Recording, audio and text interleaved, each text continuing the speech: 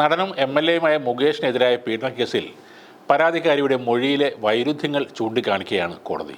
ലൈംഗിക ബന്ധത്തിന് നിർബന്ധിച്ചെന്ന ആരോപണം നിലനിൽക്കില്ലെന്നാണ് കോടതി വ്യക്തമാക്കുന്നത്. 2022 1 ലക്ഷം രൂപ ആവശ്യപ്പെട്ട് മുകേഷിന് പരാതിക്കാരി അയച്ച വാട്സപ്പ് സന്ദേശവും കോടതി എടുത്തു പറയുന്നുണ്ട്. ഇതിനു പുറമെ കഴിഞ്ഞ പുതുവത്സര ദിനത്തിൽ നടി മുകേഷിന് അയച്ച ആശംസാ സന്ദേശവും ഒരു ചോദ്യമായി മാറുകയാണ്. പരാതിക്കാരിയുടെ മൊഴിയിൽ തന്നെ നിരവധി വൈരുദ്ധ്യങ്ങളുണ്ട് എന്നാണ് കോടതി വ്യക്തമാക്കിയിരിക്കുന്നത്. നടിയുടെ ആദ്യത്തെയും രണ്ടാമത്തെയും മൊഴികളിൽ ബലാത്കാരം നടന്നുവെന്ന് തെളിയുന്നില്ലെന്ന് കോടതി നിരീക്ഷിക്കുകയുണ്ടായി. രണ്ടാമത്തെ മൊഴിയിൽ ഈ വൈരുദ്ധ്യത്തിന് കാരണം പറയാൻ അവർക്ക് സാധിച്ചിട്ടില്ല. കഴിഞ്ഞ മാസം 29-ാം തീയതിയാണ് പ്രിൻസിപ്പൽ സെഷൻസ് കോടതിയിൽ മുകേഷ് ജാമ്യഹർജി നൽകിയത്. അതിനുശേഷം 30-ാം തീയതി വീണ്ടും നടിയുടെ മൊഴിയെടുത്തിരുന്നു. ഇതിലാണ് വലിയ വൈരുദ്ധ്യമുണ്ടെന്ന് കോടതി ചൂണ്ടിക്കാട്ടിയിരിക്കുന്നത്. 2010-ൽ പീഡനം നടന്നെന്ന് പറയുന്ന ദിവസം മുകേഷ് തൻ്റെ BMW കാറിൽ പരാതിക്കാരിയുടെ ഫ്ലാറ്റിലെത്തി അവരെ കൂട്ടിക്കൊണ്ടു പോവുകയും മരടിലെ സ്വന്തം വില്ലയിൽ എത്തിച്ചാണ് പീഡിപ്പിച്ചതെന്നും നടി പരാതിയിൽ പറഞ്ഞിരുന്നു. അന്ന് തന്നെ മുകേഷ് പരാതിക്കാരിയെ കാറിൽ കയറ്റി അവരുടെ ആലുവയിലെ ഫ്ലാറ്റിൽ തിരികെ കൊണ്ടുവിട്ടെന്നും അതിൽ പറയുന്നുണ്ട്. ഇതിൽ എവിടെയാണ് നിർബന്ധിത ലൈംഗിക പീഡനം എന്നതാണ് കോടതി ഉയർത്തിയ പ്രധാന ചോദ്യം. ഈ സംഭവങ്ങൾക്കെല്ലാം ശേഷം 2022-ൽ 1 ലക്ഷം രൂപ ആവശ്യപ്പെട്ട് അവർ മുകേഷിനെ വാട്സപ്പിലൂടെ ഒരു സന്ദേശം അയച്ചിരുന്നു. അതും ഉത്തരവിൽ കോടതി ചൂണ്ടിക്കാട്ടി. ഇതെല്ലാം ഈ കേസിൽ നടി ഉന്നയിച്ച ആരോപണങ്ങൾക്ക് തിരിച്ചടിയായി മാറുകയാണ്. പരാതിക്കാരിയായ ഈ നടി ഒരു നിയമ ബിരുദധാരിയാണെന്ന കാര്യവും കോടതി ചൂണ്ടിക്കാണിക്കുന്നു. നിയമം പ്രാക്ടീസ് ചെയ്തിരുന്ന ഒരാൾക്ക് സാധാരണ നിയമവശങ്ങൾ അറിയില്ലെന്ന് എങ്ങനെയാണ് പറയാനാകുന്നതെന്നും കോടതി ചോദിക്കുന്നു.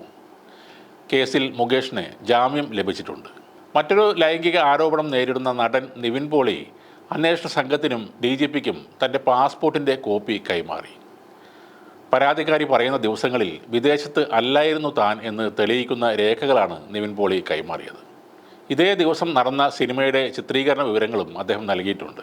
വിനീത് ശ്രീനിവാസൻ്റെ സംവിധാനത്തിൽ പുറത്തിറങ്ങിയ വർഷങ്ങൾക്ക് ശേഷം എന്ന സിനിമയുടെ ഷൂട്ടിൽ ആയിരുന്നു നിവിനെന്ന് വിനീത് ശ്രീനിവാസൻ നേരത്തെ പറഞ്ഞിരുന്നു. പീഡനം നടന്നുവെന്ന് പറയുന്ന ആ ദിവസം പുലർച്ചെ വരെ നിവിൻ തൻ്റെ കൂടെയായിരുന്നുവെന്നും ആ പരാതി വ്യാജമാണെന്നും വിനീത് പറഞ്ഞിരുന്നു. മറ്റ് ആർട്ടിസ്റ്റുകളും നിവിൻ പോളി ഷൂട്ടിംഗ് സെറ്റിൽ ഉണ്ടായിരുന്നതായി പറയുന്നുണ്ട്. നിവിൻ പോളിക്കെതിരെയുള്ള ആരോപണം മിക്കവാറും തിരിച്ചടിക്കുന്ന അവസ്ഥയാണ് ഇപ്പോഴുള്ളത്. എന്നാൽ ഇടവേള ബാബുവിൻ്റെ കേസിൽ അദ്ദേഹത്തിൻ്റെ ഫ്ലാറ്റിൽ ഇപ്പോൾ പോലീസ് പരിശോധന നടത്തി.